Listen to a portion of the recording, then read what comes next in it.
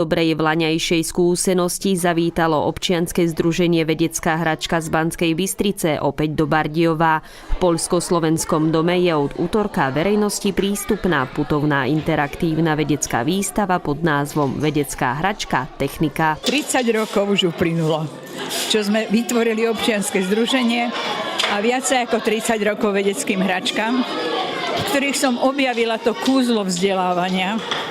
A v čase, keď sa do školy ešte hračky nemohli nosiť, som bola presvedčená a som presvedčená až dodnes, že v hračkách je veľký vzdelávací edukačný potenciál. Do Bardejova priniesli viac ako 100 vedeckých hračiek. Väčšinu tvoria profesionálne vyrobené hračky, kupované všelikde vo svete. Čo je to za hračku? Ja vôbec neviem. Sa mi páčil tam ten výťah, čo tam bol. Zaujala ma tento ďalekohľad, lebo tam sú tie hviezdičky, aj toto ma zaujalo. Čo si tam videla vo vnútri? Tie hviezdičky tam akoby taký vesmír bol. Všetky sa týkajú predmetu technika, pracovné vyučovanie, svet práce. Ku väčšine z nich sú priložené aj manuály s popisom exponátu a vysvetlením podstaty daného fyzikálneho javu. Okrem termiky a radioaktivity nájdeme všetky oblasti fyziky. Super, tak teraz si čo urobila?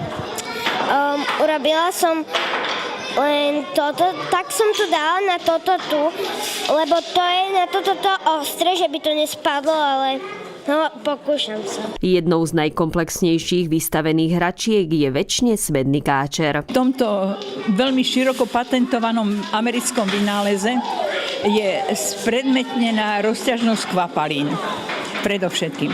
V tejto fáze sa káčer napil. Na dobáčik sa mu naniesla kvapalina, ktorá sa odparuje. A na to, aby sa mohla odparovať, potrebuje teplo.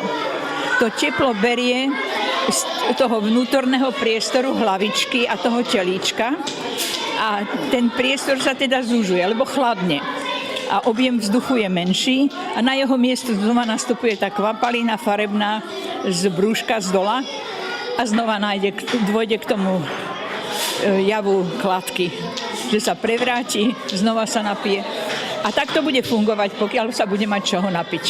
Cieľom je prispieť k jednoduchej hravej edukácii a poznávaniu fyzikálnych javov aj cez generácie. Je určite najkrajšie, keď sa na výstave hrajú s nejakou klasickou hračkou, ako napríklad klik-klak.